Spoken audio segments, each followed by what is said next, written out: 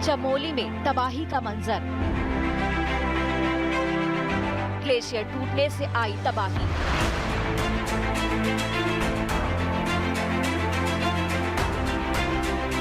तबाह हो गया हाइड्रो पावर प्रोजेक्ट।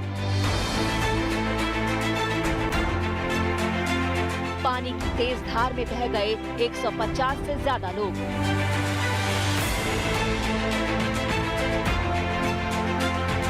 राहत बचाव दल लोगों को बचाने में जुटे।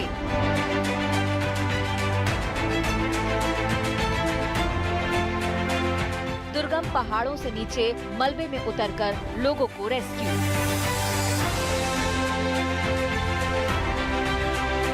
मुश्किल जगहों पर फौलादी इरादों का सहारा।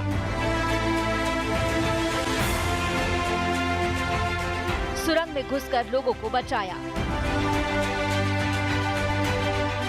नई जिंदगी पाकर झूम उठे मजदूर। जीत गई जिंदगी।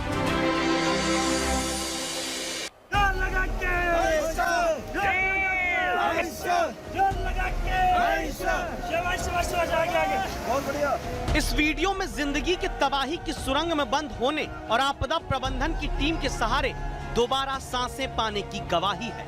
ये वीडियो बताता है कि आपदाओं के मुकाबले भारत जिंदगी को मौत की सुरंग से भी बाहर निकालने की ताकत रखता है। ये तस्वीरें रविवार सुबह पैदा हुए मौत के खौफ के आगे राहत की सांसें देती हैं।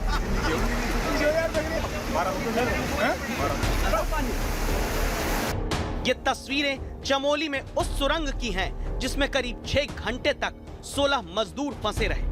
ये तस्वीर इस बात का सबूत है कि आईटीबीपी के जवानों ने कैसे उस सुरंग से जिंदगी की सुबह निकाली जहां सैलाब सांस रोक देने के लिए आया था। बहुत बढ़िया।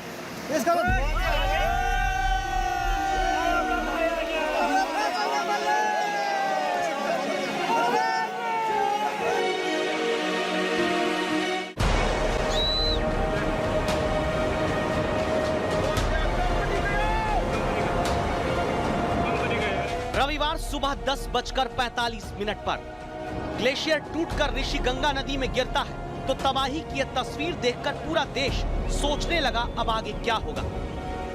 ये तस्वीरें देख रविवार की सुबह लोगों के मन में ख्याल आने लगा कैसे बचाव का काम होगा, कैसे यहाँ तक राहत पहुँचेगी। मौत के इस काले उफान को पार करके कैसे जिंदगियां बचाने की जंग शुरू होगी। कुछ ही घंटे के भीतर कैसे राहत और रक्षा के लिए जवान उतरे, कैसे राहत की उड़ान भरी गई, कैसे आपदा प्रबंधन की दौड़ भाग शुरू हुई, यह हम आपको दिखाएंगे क्योंकि चुनौती थी सबसे बड़ी उस टनल को खोलना जिसे ग्लेशियर टूटने के बाद वही मिट्टी और पत्थरों की गाद ने बंद कर दिया था। जिंदगी की वो टनल कैसे खोली गई होगी क्योंकि ऋषिगंगा और धौलीगंगा नदी में ग्लेशियर टूटकर गिरने के बाद बहाव तो इतना तेज था कि पुल और दूसरे निर्माण कागज की तरह बहने लगे थे।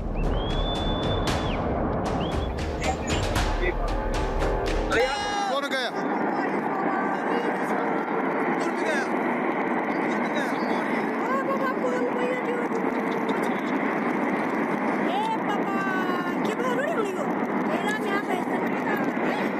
सभी डिब्बों में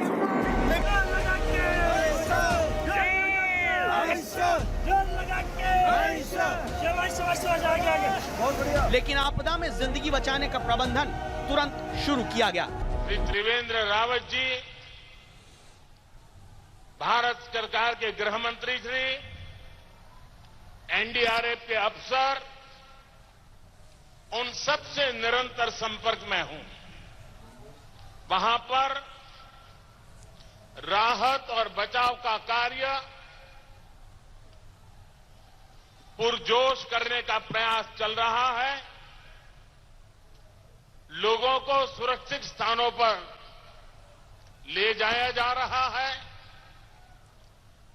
मेडिकल सुविधाओं में कोई कमी न हो, इस पर जोर दिया जा रहा है। इस आपदा में सबसे बड़ा चैलेंज था फंसे हुए लोगों तक पहुंचना क्योंकि खबर मिली थी कि रैणी गांव में एनटीपीसी प्रोजेक्ट के पास 120 कर्मचारी काम कर रहे थे, जिसमें टनल में 16 लोगों के फंस जाने की जानकारी मिली। सबसे पहले टनल खोलने की चुनौती पार करने के लिए आईटीबीपी के जवान उतरना शुरू हुए।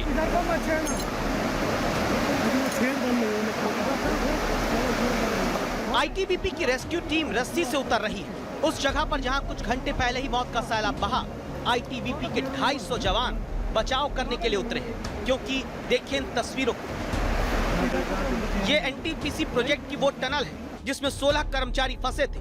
टनल के भीतर पूरा मलबा भरा हुआ है जो नदी के साथ बहकर आया।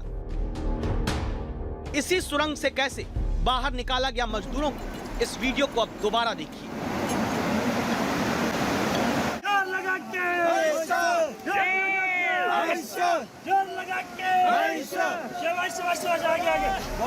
इसके साथ ही चमोली किसी जगह पर तलाश हुई, कहीं कोई मिट्टी और पत्थरों की गाद के नीचे दबा तो नहीं है। इसकी वजह ये क्योंकि यहाँ पर 120 कर्मचारियों के रविवार दिन में रोस्टर के तहत काम करने की जानकारी सामने आई थी।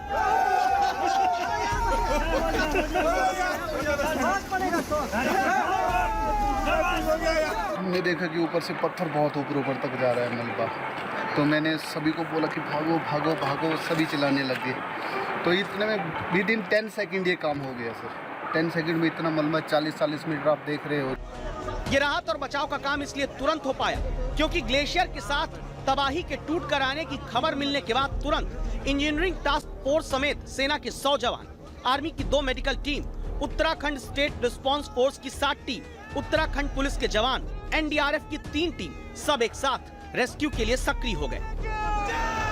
हमारी सेना के लोग वहां पर पहुंच गए हैं। एनडीआरएफ की टीम एक दिल्ली से यहां पहुंची है। वो जौली ग्रांट से उनको बसों से वहां के लिए भेज दिया गया है। कुछ लोग एनडीआरएफ के कल और वहां पर आएंगे। मेडिकल फैसिलिटीज की दृष्टि से वहां पर आर्मी के, पैरामिलिट्री फोर्सेस की और हमारे जो स्टेट के डॉक्टर की सीएमओ स्वयं वहां पर कैंप किए हुए हैं। जिलाधिकारी वहां पर कैंप किए हुए हैं, एसपी वहां पर कैंप किए हुए हैं। एनडीआरएफ की टीम हिंडन एयरबेस से आगे बढ़ी थी, तो इस बीच उत्तराखंड के नीचे के इलाके में एसडीआरएफ की टीम ने लोगों को अलर्ट करना शुरू कर दिया था। सभी लोग सुने, यहाँ से सभी लोग हट जाएं और खुद को यहाँ से 100 मीटर की दूरी पर सुरक्षित स्थान पर पहुंचे। पुलिस आपकी सेवा में तत्पर है। अलर्ट करना इसलिए जरूरी हुआ क्योंकि आशंका थी कि ऊपर से आता तेज बहाव कहीं किनारे पर रहने वाले लोगों के आशियाने और जिंदगी न बहा ले जाए। इस पूरी आपदा के बीच राहत की सबसे बड़ी खबर ये अब तक रही कि आगे अलकनंदा नदी में पानी का स्तर तो बढ़ा, लेकिन नदी का क्षेत्र चौड़ा होने से जो उफान ऊपर उत्तराखंड में देखा गया वो नीचे आकर सामान्य हो गया, जिसके कारण आगे बाढ़ और नई तबाही की आशंका जन्म नहीं ले पाई। नमस्कार, मैं हूं अंशु शर्मा और हमें उम्मीद है कि आपको ये वीडियो जरूर पसंद आया होगा। ऐसे ही बाकी वीडियो देखने के लिए देखते रहिए द इंडियन समाचार, और वीडियोस पसंद आने पर हमारे चैनल द इंडियन समाचार को लाइक, शेयर और सब्सक्राइब करना ना भूलें।